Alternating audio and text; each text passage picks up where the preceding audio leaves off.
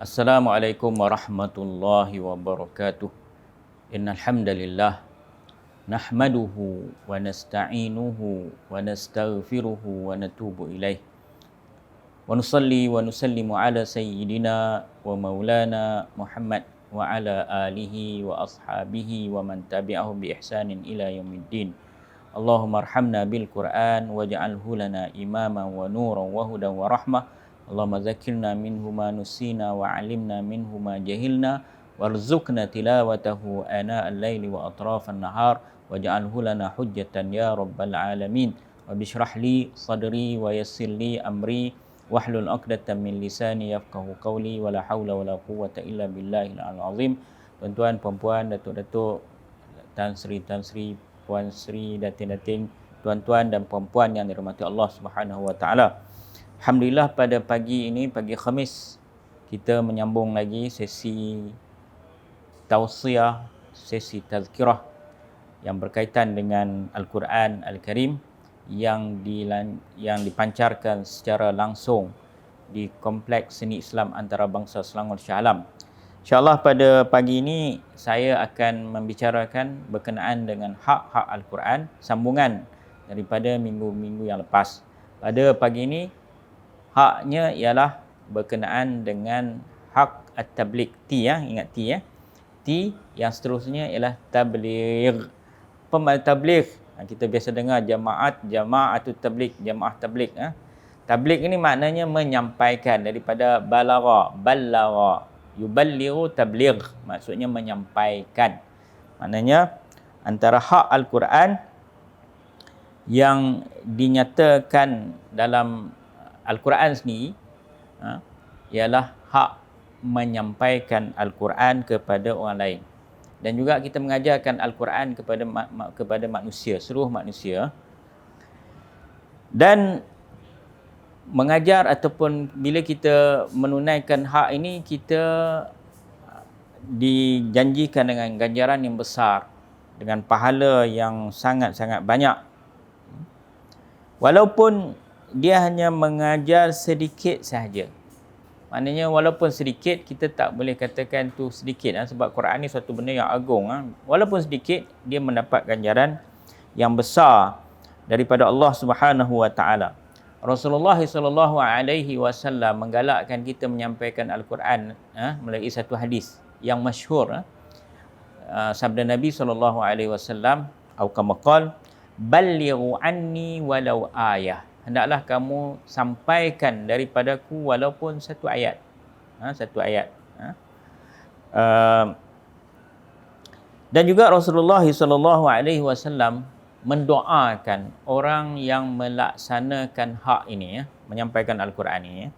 Dalam satu hadis Nabi SAW, baginda bersabda, naddarallahu mra'an sami'a minna syai'an faballaghahu kama sami'a farubba muballighin aw amin sami'in. Nadarallahu mra'an, semoga Allah Subhanahu wa taala mengindahkan muka seseorang yang mendengar daripada kami sesuatu, kemudian dia menyampaikannya seperti mana dia dengar. Ini janji Nabi ataupun ini doa Nabi. Nabi mendoakan siapa yang menyampaikan ayat Al-Quran, mengajar Al-Quran, dan juga hadis, Allah mencahayakan mukanya. Sebab itu bila kita tengok ulama-ulama, kenapa muka mereka bercahaya? Kerana antaranya adalah mereka menyampaikan Al-Quran. Ayat ni untuk menyampaikan Al-Quran dan hadis saja ataupun benda perkara-perkara baik? Ilmu-ilmu. Bila Nabi sebut sami'a minna syai'an, mendengar daripada kami.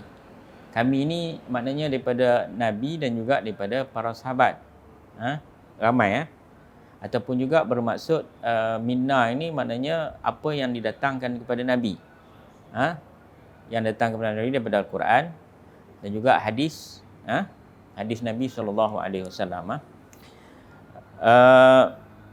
Dan juga bermaksud suatu perkara kebaikan. Yang asalnya daripada Nabi lah. Asal daripada Nabi, kemudian dikembangkan oleh para sahabat, dikembangkan para ulama. Jadi apa yang ditulis oleh para ulama yang dirakamkan dalam kitab-kitab mereka hakikatnya datang daripada Nabi. Jadi kita menyampaikan apa yang dibawa oleh para ulama yang merupakan waris Rasulullah SAW dari segi keilmuannya, maka itu termasuk dalam hadis ini ya. Termasuk dalam hadis ini. Maknanya Allah mencahayakan, mencerahkan, mendatangkan satu nur kepada muka mereka. Kemudian Rasulullah kata farubba muballighin aw'a min sami'in. Berapa muballighin, farubba muballighin, berapa ramai orang yang disampaikan itu lebih faham daripada orang yang mendengarnya. Dan maknanya ada kalanya kita hanya menyampaikan. Kadang-kadang kita tak faham pun. Tapi bila orang yang disampaikan itu dia mendengarnya, dia lebih faham. Ataupun Allah pancarkan dia punya kefahaman itu kepada dia. Jadi orang yang menyampaikan, kemudian orang yang mendengarnya, orang yang menerimanya, kemudian orang yang menerima itu mengamalkannya, menyebarkan juga, akhirnya dia menjadi saham. Ya, saham yang luas. Kemudian Rasulullah SAW menerangkan berkenaan dengan orang yang mengajar Al-Quran. Kelebihan orang yang mengajar Al-Quran. Sabda baginda SAW, khairukum man ta'allama al-Qur'ana wa 'allamahu. Sebaik-baik kamu ialah seorang yang belajar Al-Quran dan juga mengajarkannya. Maknanya kalau dari segi ilmu keseluruhannya lah, ilmu ukhrawi, ilmu duniawi ya. Kita kata sekarang ni pun kita kata ilmu akademik, ilmu agama, ilmu akademik kan. Dari segi kelebihan yang lebih baiknya ialah kita belajar Al-Quran. Sebab kita umat Islam, kita orang Islam, Al-Quran itu merupakan sumber hidup kita, sumber nur ataupun pancaran suluhan hidup kita. Jadi lebih utamanya kita belajar Al-Quran. Yang keduanya ialah kita mengajarkannya kepada orang lain. Belajar dan mengajar. Yang tak semestinya kita dah alim, kita dah belajar keseluruhan Al-Quran, kita belajar sikit-sikit pun, kita menyampaikan, kita mengajar pun dah termasuk dalam hadis ini ya. Jadi di sinilah menunjukkan bahawa sesiapa yang tergolong di dalam Ahlul Quran, maksudnya Ahlul Quran ni orang yang belajar Al-Quran, orang yang mengajarkan Al-Quran, orang yang faham Al-Quran, adalah lebih utama daripada manusia-manusia yang lain. Kemuliaan mereka kenapa? Kerana kemuliaan Al-Quran itu sendiri ya.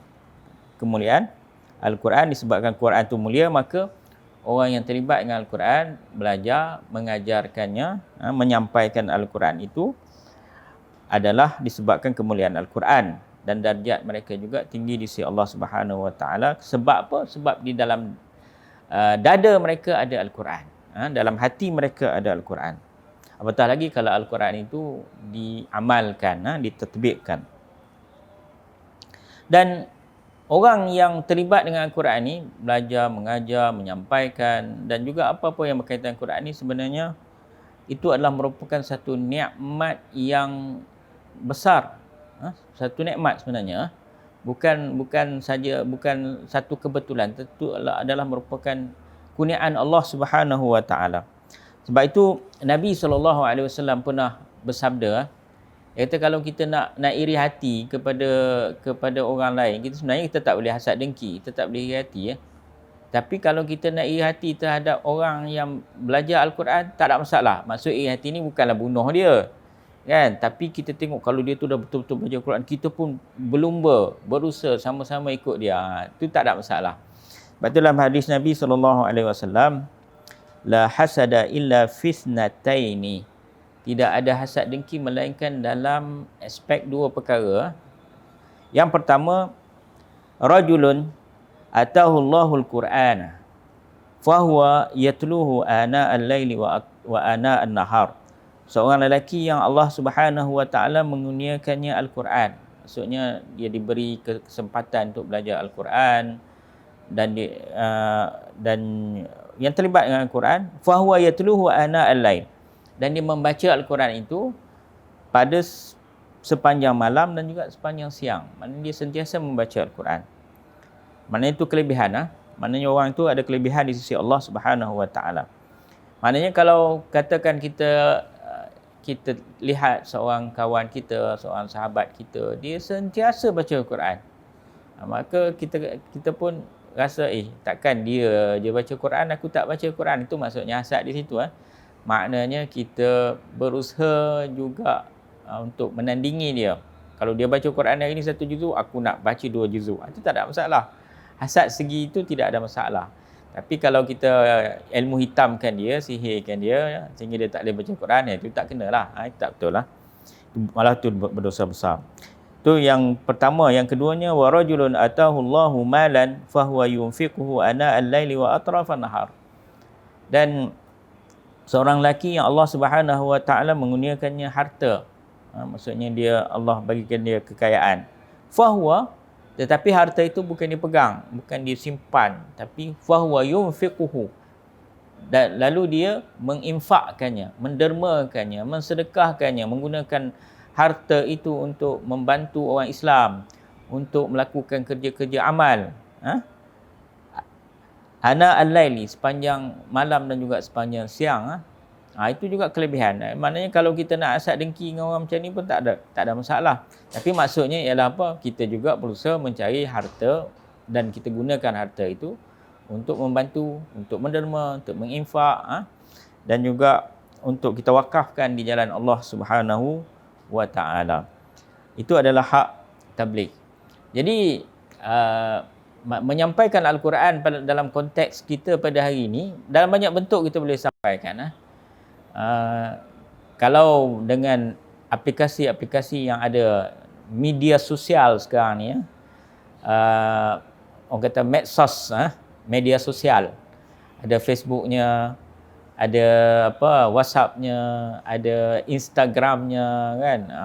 Maknanya kita menjadikannya sebagai satu wasilah ataupun sebagai satu cara untuk kita menyampaikan Al-Quran, baca Al-Quran, baca terjemahan Al-Quran.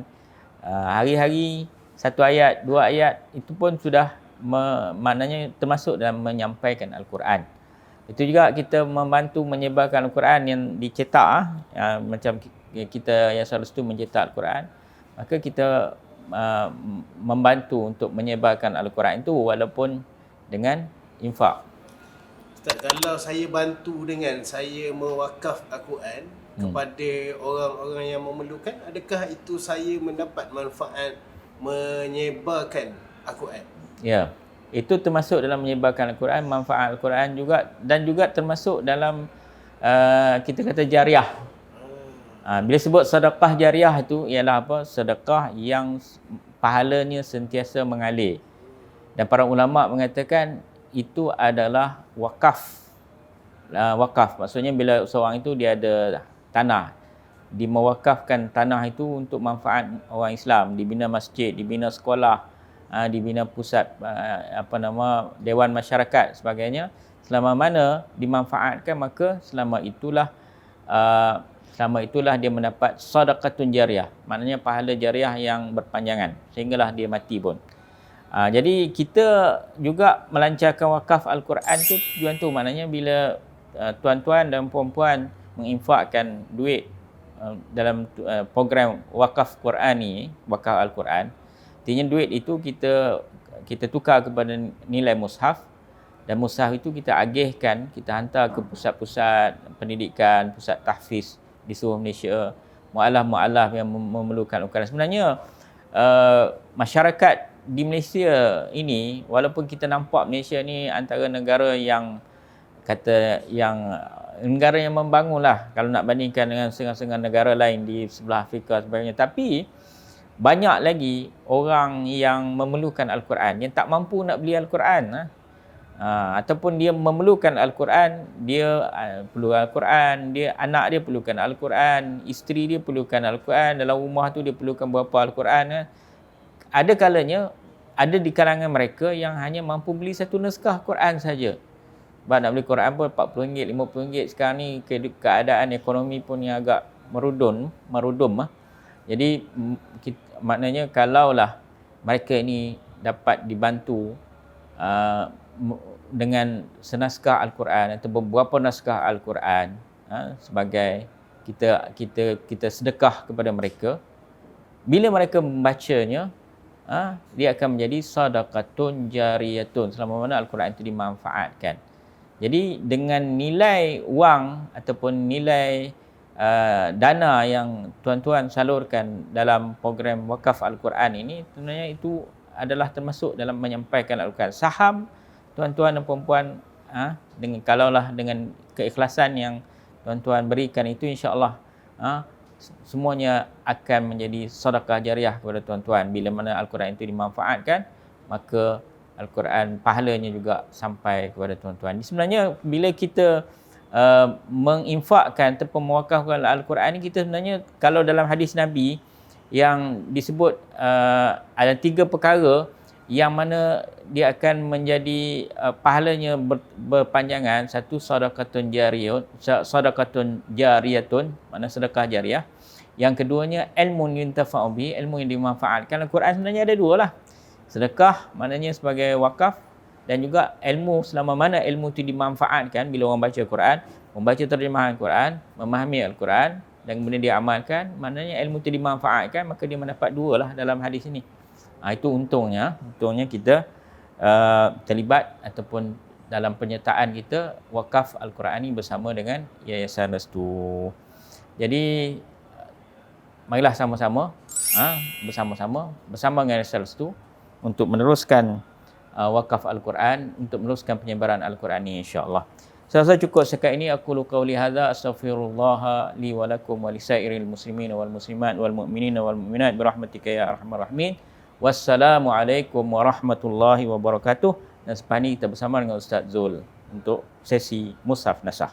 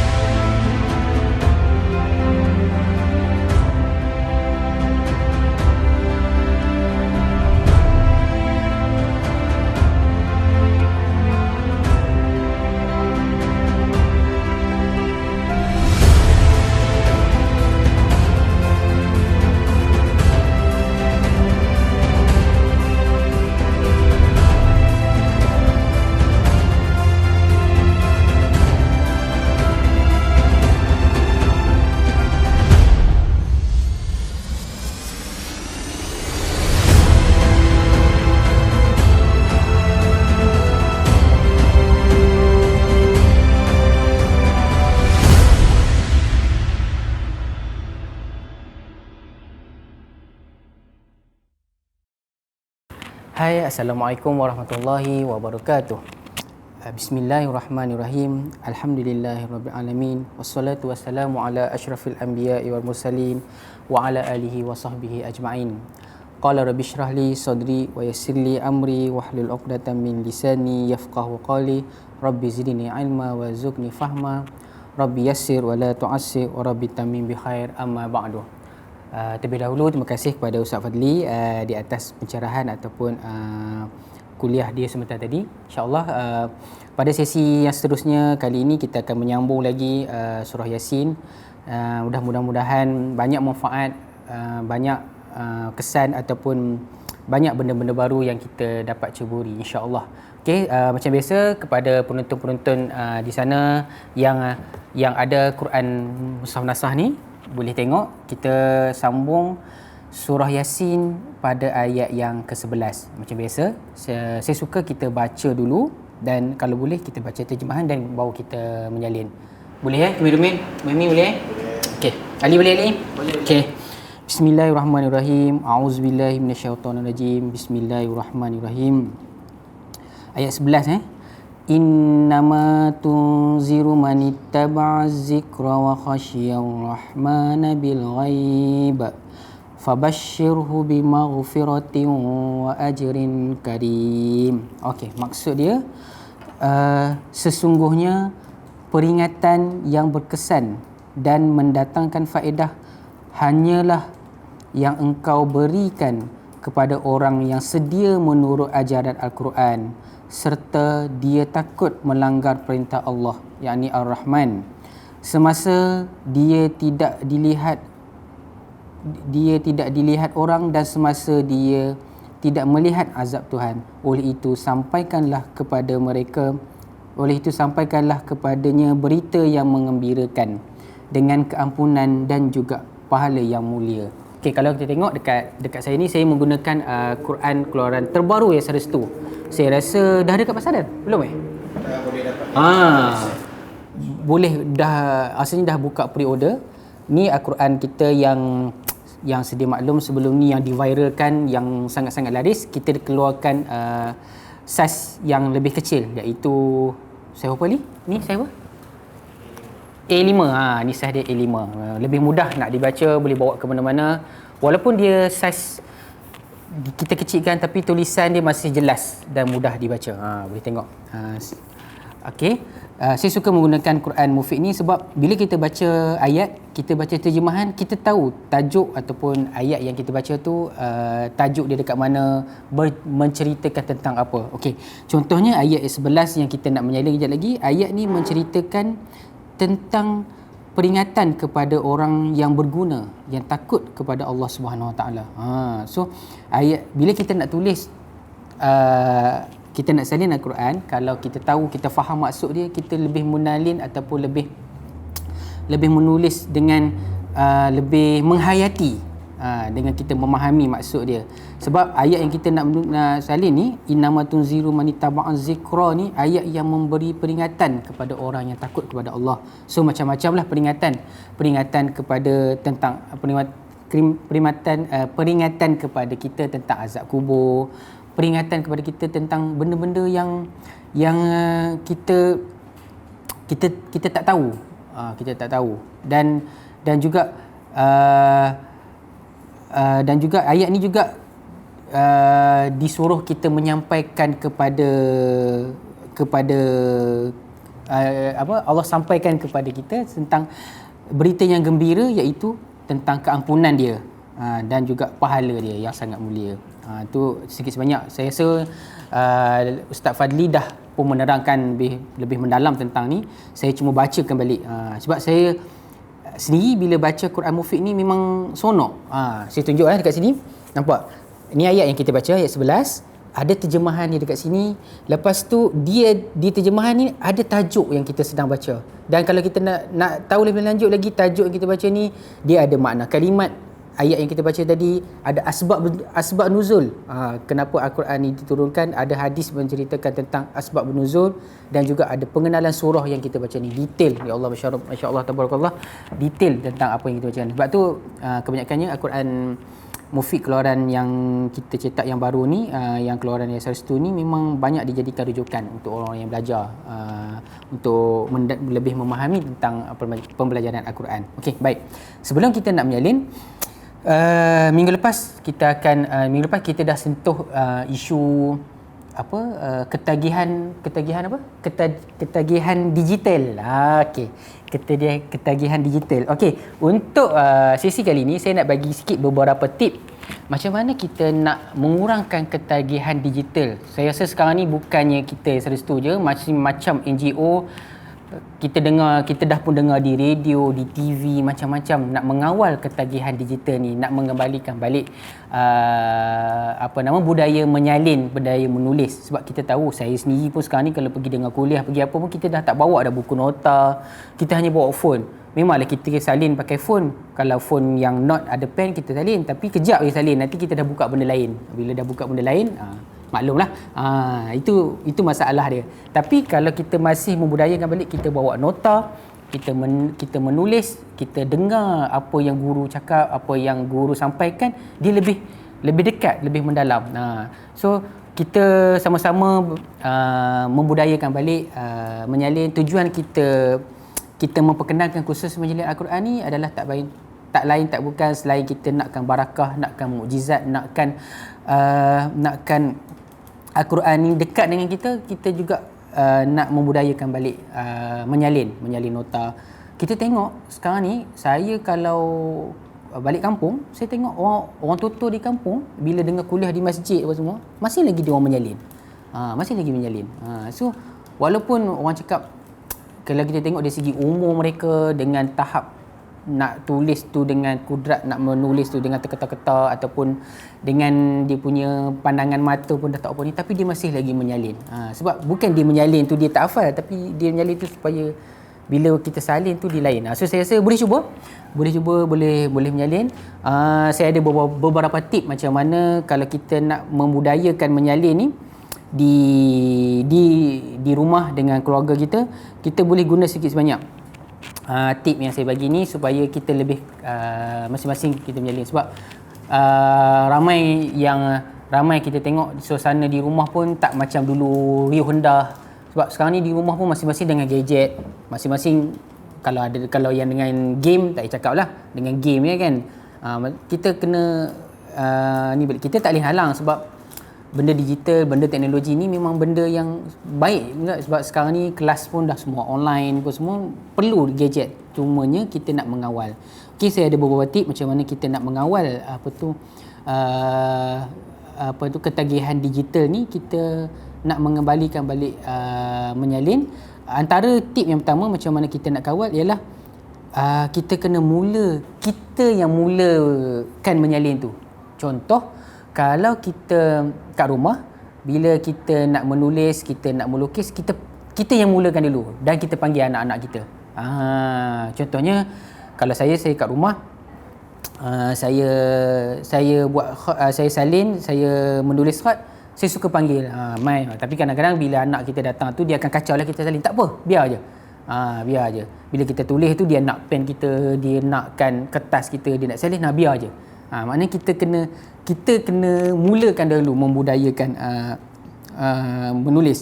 Contohnya kalau kita tengok sekarang ni kita kat rumah, walaupun kita kelas online, tapi kita masih lagi ada pen, ada buku nota yang kita salin. Contohnya kita dengar daripada phone kelas kita secara online ni dan kita salin dia punya. Ataupun kita dengar tazkirah, ataupun kita tengok dekat TV pun sekarang banyak kuliah-kuliah apa semua, kita budayakan menyalin mendengar tazkirah tu. Okey, tu tip yang pertama. Yang kedua, macam mana kita nak membudayakan menyalin ni, selain kita mulakan, yang kedua ialah dipanggil finger painting.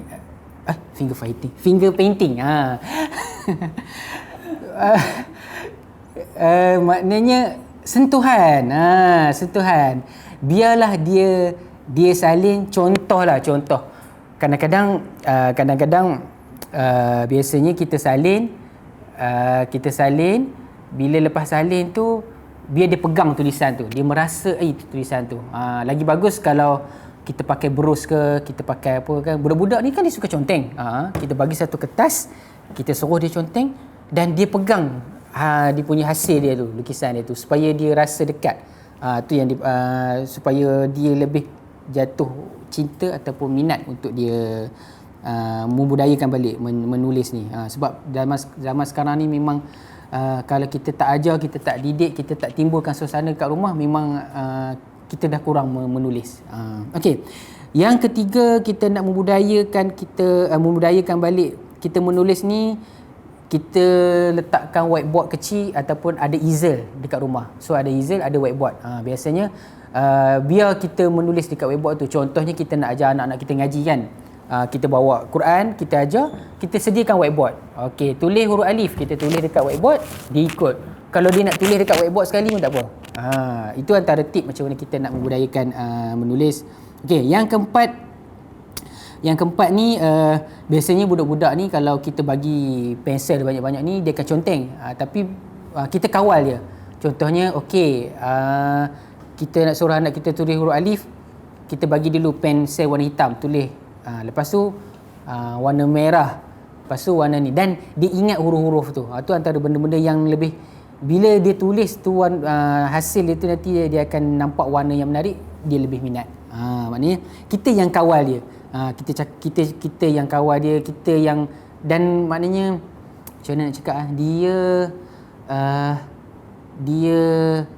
dia berkarya dengan dia punya tulisan dia, walaupun hanya dia menulis alif ba ta je. Okey. Seterusnya yang keempat pula. Yang kelima, kita pegang dia. kita pegang tangan dia, suruh dia ikut kita menulis tu. Huruf A, B, kita pegang tangan dia dan dia ikut. Tu supaya bila kita menulis tu, kita mengawal jari-jari dia, kita pegang jari manis dia, jari kelingking dia, dan kita lembutkan dia punya jari dia untuk melontarkan huruf-huruf tu. Itu lebih dapat dia menikmati ataupun dia lebih minat untuk dia menulis. Okey, yang terakhir, yang ke-6, kita kawal tekanan dia kita menulis. Sebab budak-budak ni kadang-kadang bila dia tulis, biasalah dia cepat bosan, dia cepat apa lagi ni, anak kau menulis macam mana? Dia lari kan. Fatimah macam tu kan dia kan. Dia, kita kena kawal dia punya emosi dia. Tu mungkin kita suruh kita tulis, kita pasang lagu nasyid. Kalau kita tulis alif ba ta, kita pasanglah lagu banyak alif ba ta, Upi Ipin pun ada alif ba ta kan. Kita pasang bagi dia sonok. Tu antara sikit sebanyak tip macam mana kita nak bagi minat ataupun nak kembalikan balik, nak membudayakan balik suasana ataupun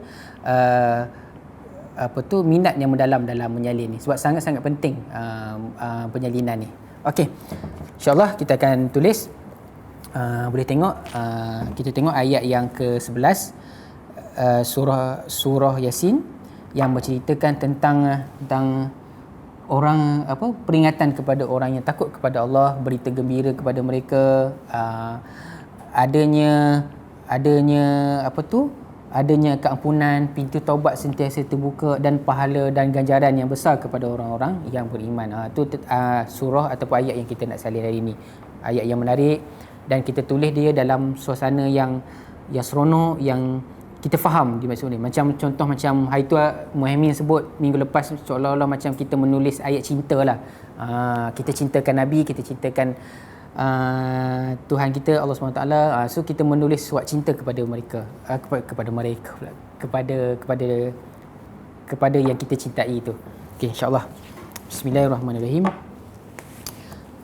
Innama tunzirun. Okey, innama huruf alif tarik daripada, letak pen dekat atas, tarik ke bawah. Kalau kita tengok huruf alif ni, macam mana nak tulis dengan cantik ni, ialah kita kena gerakkan pen daripada atas. Pen tu serong, sambil kita tarik ke bawah, pen tu kita gerakkan dia jadi menegak, dan dia akan jadi nipis. Tu bentuk huruf alif yang cantik. Maknanya kepala atas dia tebal dan dia turun ke bawah, sambil bentuk dia tu mengecil dan nipis. Okey, terus innama, nun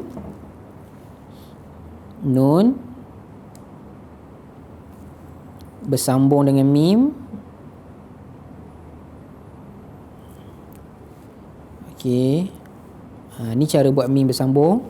Bahagian atas ni gunakan hujung pen dan tutup balik badan huruf mim ni.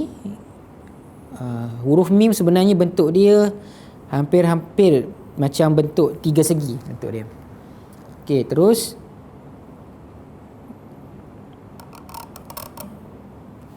huruf alif. Okey, alif baris bawah ada hamzah, kita letakkan hamzah kecil kat bawah, ada baris bawah.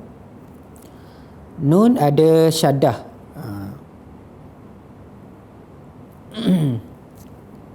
Ada orang tanya asal usul bentuk-bentuk ni, contohnya dari mana datangnya asal usul bentuk syaddah ni, tiga segi ni, bentuk tiga gigi tiga ni. Bentuk syaddah ni asalnya daripada huruf sin.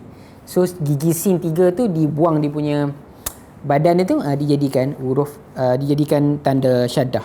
Tu dia punya bentuk dia. So bentuk-bentuk dalam Quran ni bukan hanya bentuk-bentuk yang ditambah, dibuat suka-suka hati. Dia ada dia punya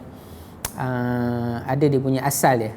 Ada dia punya bentuk-bentuk yang dibuat khusus untuk sesuaikan dengan surah ataupun ayat ataupun huruf-huruf Al-Quran. Okey, terus huruf mim ada baris fathah. Okey, alif tak ada baris. alif untuk dibaca panjang 2 harakat. So bunyi dia innama. Sambung tunziru ta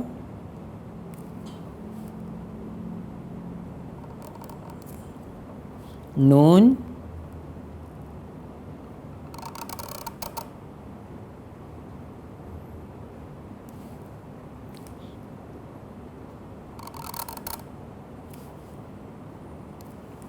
okey, tanun zal ro. Ni ro, gunakan hujung pen untuk tajamkan ekor ro ni. Okey, baris ta baris depan. Domah ni asal dia daripada huruf waw. Okey, nun tak ada baris, zal baris bawah, bunyi dia zi, ro baris depan, tunziru. Dia zal bukan zal bila kita sebut huruf zal ni, dia sebut dia lidah dia kat atas, zal. Kalau kata kita sebut dia berbeza dengan zai. Zai dia lebih berat, zal lebih nipis dia punya bunyi dia. Okey. Terus manittaba'a, mim nun,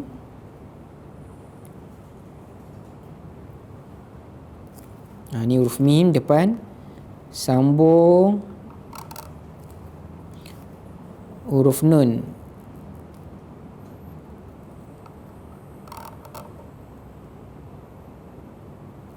Okey, manittaba'a, mim baris atas, nun baris bawah, ittaba'a, manittaba'a ada alif, ta, ba dan huruf ain. Ni cara buat huruf ain di akhir. Kepala dia ni, kepala huruf ain ni pusing ke belakang, tolak ke atas dan turun balik. Ni cara buat kepala dia. Huruf ain di tengah dan di akhir dia tak ada lubang bentuk dia. Macam ni bentuk dia. Dan gunakan balik badan ain tunggal. Bentuk huruf ain ataupun huruf ha tunggal, bentuk badan ini ialah bentuk dia separuh bentuk oval, ataupun senang cakap separuh bentuk telur.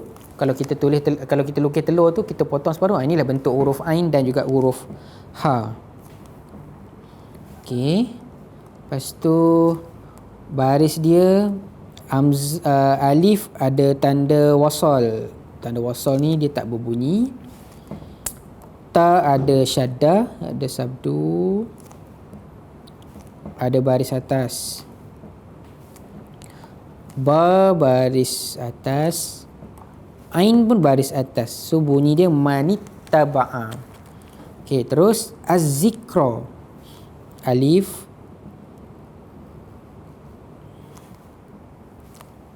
lam, zal,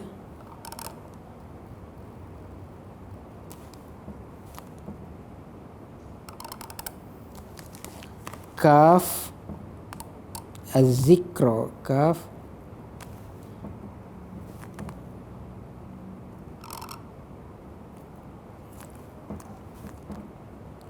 dan ro. Sambil-sambil kita tulis ni, kalau kita nak tahu maksud dia, contohnya kita buat tiba-tiba kita nak tahu perkataan az-zikra ni maksud dia apa, kita boleh tengok balik Quran Mufid ni. Dekat sini az-zikra maksud dia peringatan.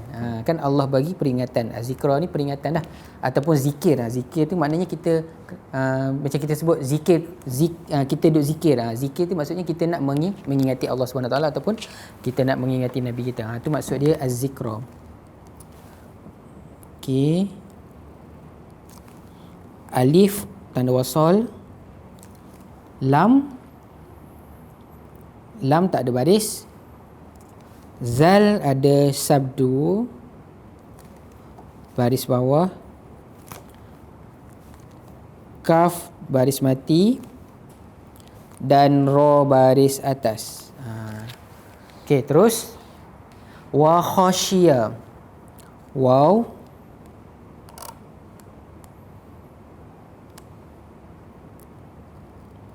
ni bentuk waw.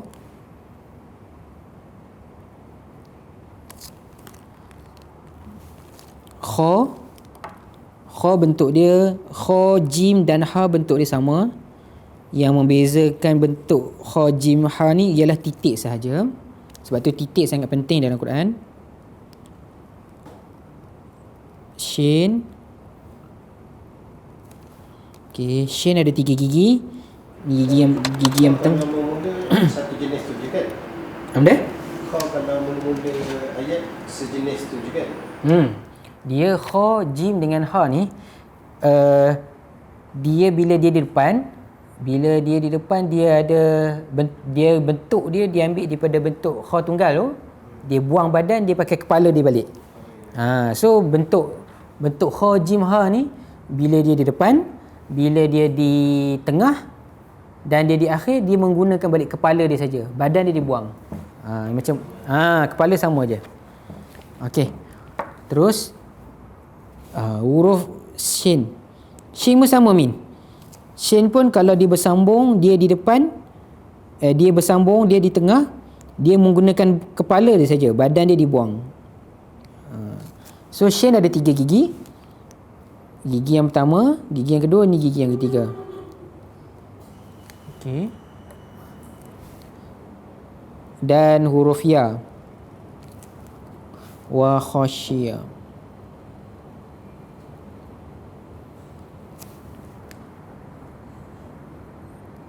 Waw baris atas.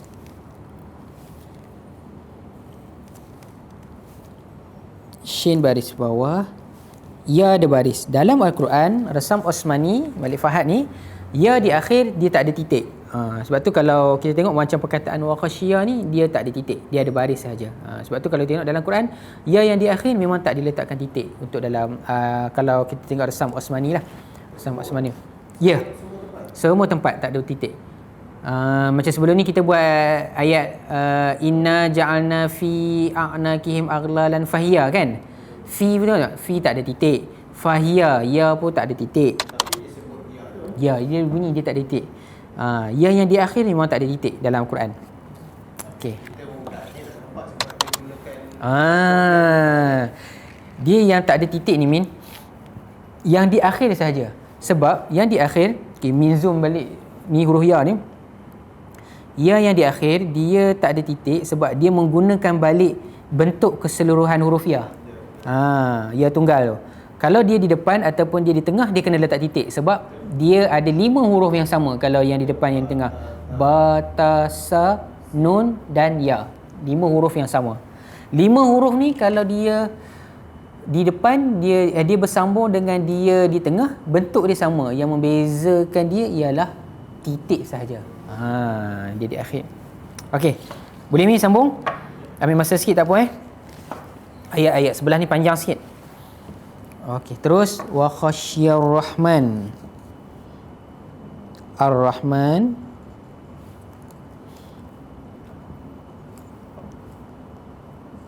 Lam, Ra,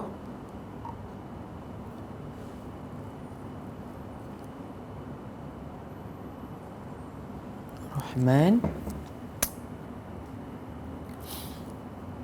Ha,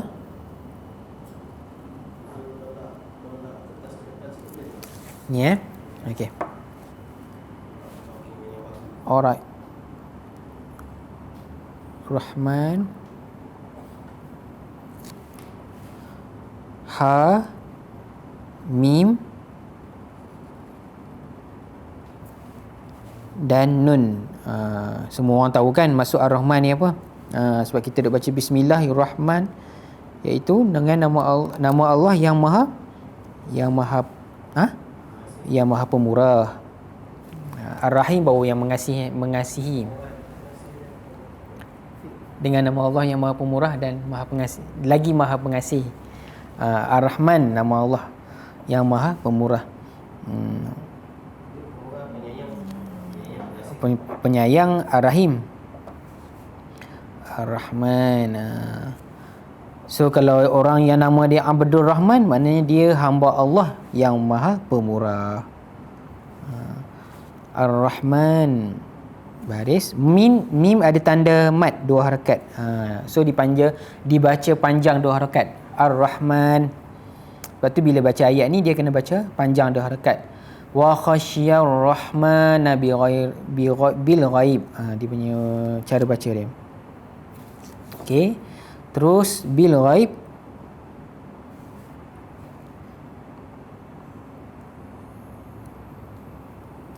Ba, alif, lam,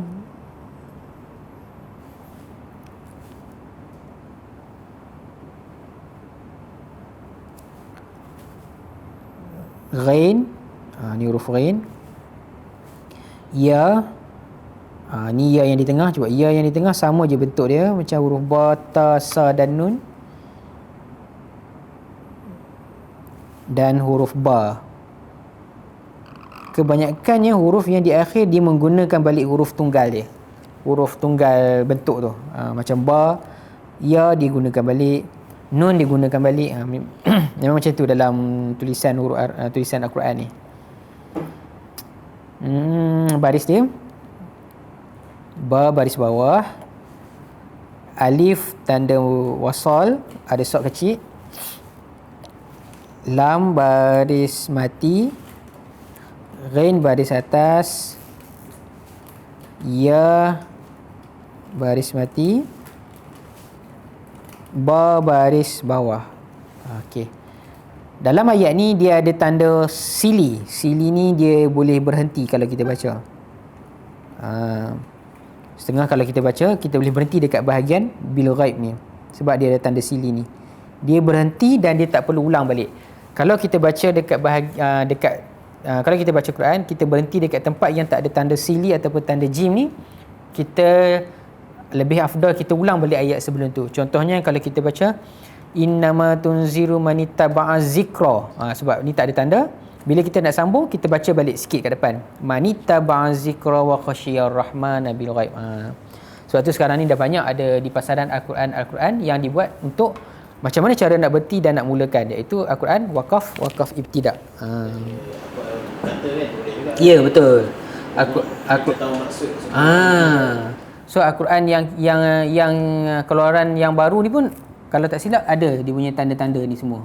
So kita boleh baca, kalau nafas kita tak habis kita boleh berhenti. So tanda sili ni, sod lam ya ni, sili ni adalah tanda yang boleh kita berhenti dan ambil nafas dan kita sambung semula tanpa menyebut ayat yang perkataan yang sebelum dia. Okey, terus fabashirhu. Okey, cara nak buat perkataan fabashirhu ni kita tengok sebab dia ada huruf ba dan ada huruf shin. Okey, nak membezakan huruf ba dan huruf shin selepas kita buat huruf fa. Okey, tengok, nampak ni? Okey. Kalau tertunduk bagi tahu Okey, huruf ba ni kita naikkan. Kita tinggikan dia. Dan baru buat huruf shin. Tujuan dia kita tinggikan huruf ba ni, kalau kita dalam Al-Quran pun bentuk dia sama. Ditinggikan huruf shin ni adalah nak elakkan huruf ba ni mengelirukan. Takut kalau kita tak tinggikan, kita nampak seolah-olah huruf ba ni macam huruf shin. Dia nampak huruf shin ni nampak ada macam 4 gigi pula. Itu ditinggikan. Sebab tu dalam Al-Quran, kalau huruf-huruf yang bentuk dia hampir-hampir sama, bila dia duduk dekat-dekat, dia akan bezakan sikit huruf-huruf tu, supaya nak mengelakkan kekeliruan. Sebab tu kita kagum macam mana penyalin ataupun pencipta ataupun pereka tulisan khat Al-Quran ni dia teliti sampaikan betul-betul huruf pun dia buat supaya benda tu tak mengelirukan. Memang sangat-sangat kagum lah. Tu antara benda-benda yang kenapa kita budayakan menyalin ni adalah untuk kita kenal huruf-huruf dia. Benda perbezaan yang bagus ni yang kita nampak nampak sistematik ni dalam kitab nasah saja ataupun semua kitab? Kalau kita tengok sejarah penyalinan Al-Quran, dia berubah daripada zaman ke zaman. Kalau kita Al-Quran zaman Sayyidina Osman dulu, di kelang kita di Nasyul Quran ada dipamerkan Al-Quran zaman Sayyidina Osman dulu. Boleh tengok macam mana Al-Quran zaman tu dia tak ada, dia bukannya ditulis dalam khat nasah yang indah macam ni. Dia menggunakan khat yang lebih kepada objek, tanda-tanda. Dia macam tanda-tanda, dia ayat-ayat dia macam pakai simbol saja. Contohnya huruf ba, simbol dia macam ni, huruf jim, simbol dia macam ni, dan tak ada baris, tak ada titik, tak ada apa semua. So benda tu berkembang ulama ataupun pengkaji ataupun orang-orang terdahulu mengkaji macam mana nak bagi Al-Quran ni lebih menarik dan mudah dibaca. So benda tu berterusan sampailah zaman kita sekarang. Al-Quran yang dah direka lebih mudah, lebih faham, lebih cantik dan lebih menarik minat untuk kita baca. Sesuai betul. Bangsa. Memang hebat kalau kita tengok sejarah-sejarah macam mana perkembangan teks Al-Quran ni direka. Sebabnya sampailah sekarang ni Al-Quran bukannya hanya tulisan mudah nak dibaca, Min. Ada tajwid lagi. Kalau kita tengok Quran Mufid kita ni yang saya buat ni, ada tajwid lagi. Ada diwarnakan. So kita dah tahu. Dan warna ni pula ada diberi penerangan pula dekat bawah ni. Contohnya warna oranye ni tanda mat 2 harakat, 4 harakat dan 6 harakat. Mudah dah kita baca. So kalau kita baca sampai dekat warna oranye, kita kena panjangkan 2 harakat boleh, 4 harakat boleh ataupun 6 harakat boleh. Kalau warna hijau, dengung. Kalau biru, qalqalah. Semua ada. Memang sangat-sangat mudah untuk kita baca. Jadi kalau siapa tengok online channel kita, Daurah Mufid minggu 8 ada Ustaz Fadli ceritakan sejarah ringkas Resam Osmani. Okey. So boleh tengok balik video kita yang sebelum ni yang disampaikan oleh Afadil Ustaz Fadli. Memang menceritakan detail kan tentang macam mana Al-Quran Resam Osmani dan perbezaan dia dengan resam-resam lain lah. Resam Imla'i apa semua. Dia resam ni yang disebut Resam Osmani, Imla'i apa semua ni, dia sistem penyalinan dalam Al-Quran je. Bacaan dia sama. Kalau kita baca Quran Imla'i, tak ada beza sama macam kita baca Quran Osmani pun, sama je.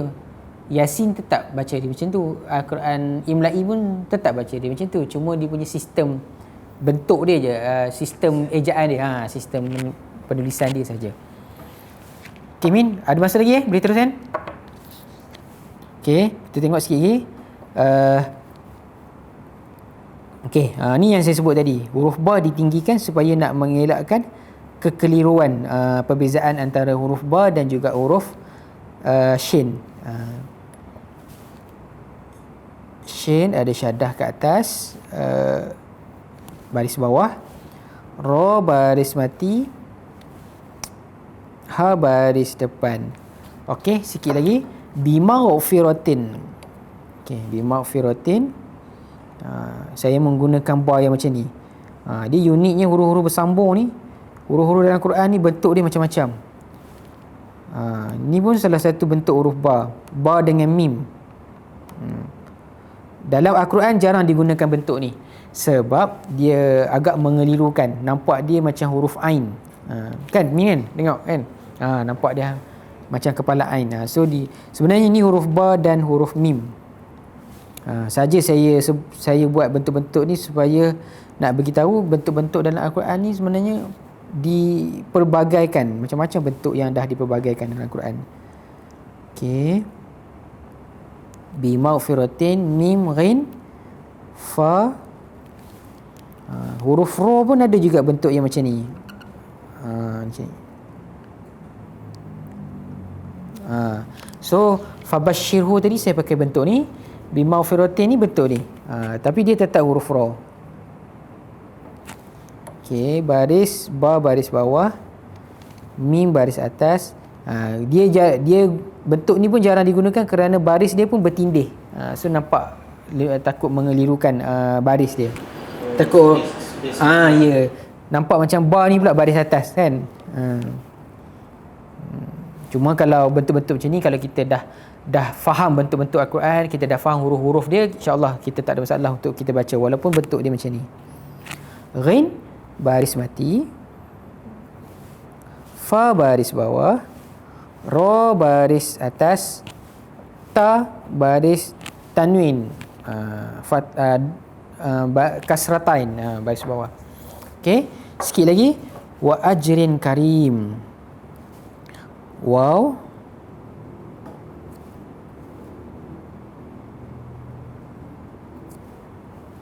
okey, ni bentuk waw.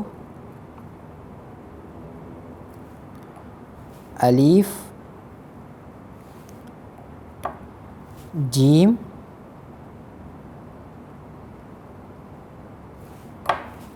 ro,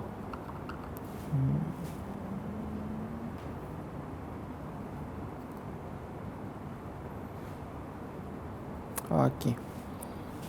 Waw baris atas.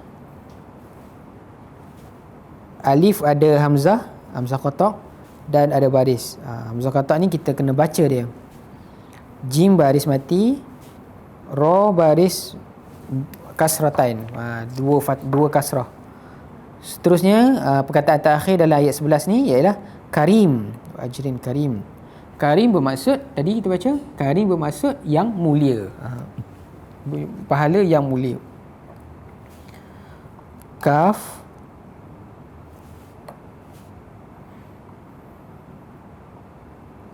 ro, kaf ada kepala, ya,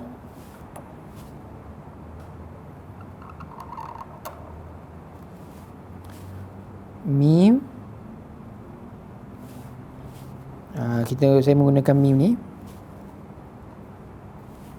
Okey, kaf baris atas, ro baris bawah, ya kita tengok dalam Quran, ya tak ada baris, dan mim baris fathatain. Okey, cuba tengok. Okey, Muhaimin cuba zoom. Cuba tengok perbezaan baris kasratain wa ajrin dengan baris karim. Cuba tengok. Baris kasratain wa ajrin dia tak selari bentuk dia. So bentuk ni tanda dia dia dibaca dengung. Karim selari, dia tak dengung. So ingat dalam Al-Quran baris fathatain, kasratain ataupun domatan, yang selari dia tak dengung, yang tak selari dia dengung. Saya tulis kat sini Okey. Ada masa lagi Min, boleh? Boleh minta izin? Okey, ini untuk yang dengung. Okey, fathahatan dengung, domatan dengung. Betul dia. Okey. Yang tak dengung, okey, kita jumpa pada sesi yang akan datang. Kita tengok, saya tunjuk bentuk yang tak dengung pula. So insya-Allah mudah-mudahan kita jumpa lagi. Boleh tengok, ingatkan saya tahu, saya tunjuk bentuk macam mana yang tak dengung. Sebab sebenarnya huruf-huruf, baris, tanda-tanda dalam Al-Quran ni semua ada dia punya rasional ni, bukan disaja-saja buat bentuk tu. Okey, insya-Allah mudah-mudahan mudah-mudahan sikit sebanyak dapat meneruskan ataupun mudayakan menyelin Al-Quran. Mohon maaf salah dan silap. Wabillahi taufiq wa hidayah. Assalamualaikum warahmatullahi wabarakatuh. Assalamualaikum warahmatullahi wabarakatuh. Bye.